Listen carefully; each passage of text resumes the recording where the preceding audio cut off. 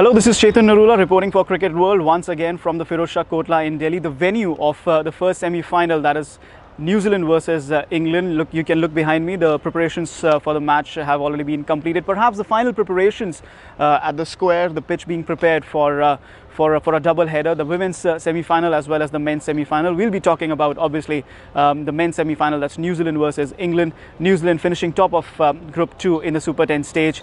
England finishing second in Group 1 of the Super 10 stage. Talking about England first, they obviously have played two matches here at this ground. They played Afghanistan, then they played Sri Lanka. Won both those matches, won them in a thrilling manner. Close games, both of them, and England would have perhaps liked to win a bit more comfortably. However, they have the knowledge of from these two particular matches. They have the knowledge of the local conditions. They have played here, they practiced here, and they know how the square has played over those two particular games, and perhaps that might influence how they approach this particular match and obviously pick their playing 11. Looking back at their tournament, obviously they have made a lot of improvements in their playing 11. They came into the tournament with the aggressive mold, the aggressive motto of this New England side, and they have done well, reaching the semi-finals of this World T20. Two batsmen have really stood out for them. First one obviously is Jason Roy, who's been giving them thrilling starts at the top of the order, because starts in those 6 power play overs make all the difference, and he really has made a difference to this England lineup. And obviously the second one obviously is Joe Root, who's shown us how to go about building a T20 innings as well. Ewan Morgan and Alex Hales have played the supporting role, but perhaps the biggest link in this lineup has been Jos Buttler. He comes to the batting crease and goes bang bang, and that is something very vital in the T20 format, because once you have that base in the first 10 overs, you can just push on from there, and that is something that he has been able to do, as we saw in the Sri Lanka game, as he was able to push England past a par score, or perhaps even into a safe zone against the knock that Angelo Matthews played. In terms of bowling, Chris Jordan and Adil Rashid have grown in strength as the tournament has progressed. Their playing 11 becoming more strengthened more and more, gaining experience in these particular conditions. However, the single most important factor in their bowling lineup has been the inclusion of Liam Plunkett.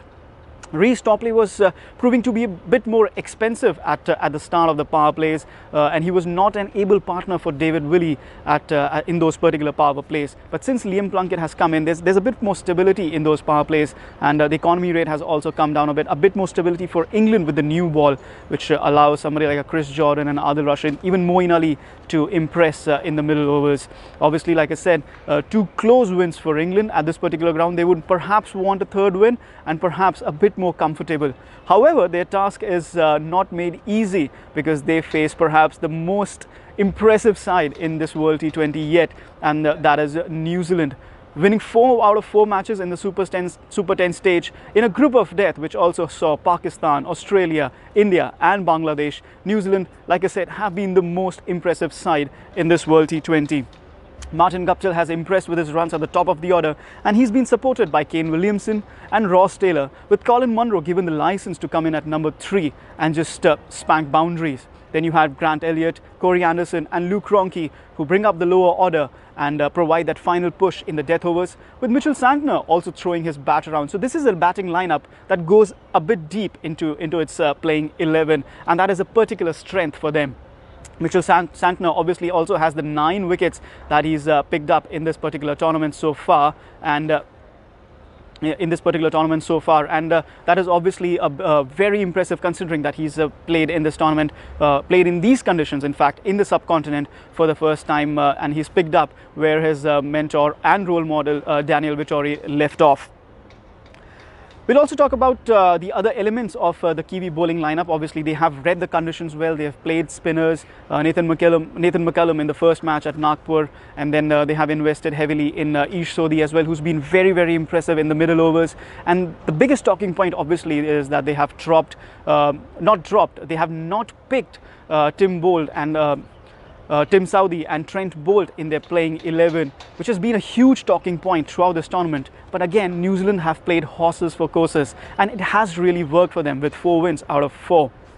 As such, Mitchell McClenaghan, who's come into this T20 side, and he's shown a varied variety of deliveries, and that's been a real strength in T20 cricket for him. And you can see why New Zealand still prefer to go in with McClenaghan.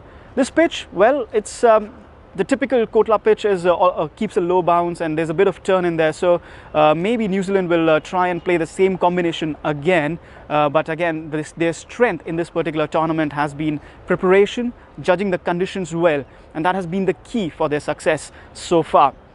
You can bet that they will want to do the same in this particular match as well, which will be their 5th venue in this tournament. They've played in Nagpur, they've played in Calcutta, they've played in Mohali, they've played in Dharamshala, and now they're playing in Delhi. So 5 different venues for New Zealand so far, and they will want to make it a winning run of 5 out of 5 matches. They've won in those 4 venues. They will want to win in this 5th venue as well. It promises to be a really, really close game. Once again, it promises to be a really cracking game. It's New Zealand versus England for the first semi-final in this 2016 World T20.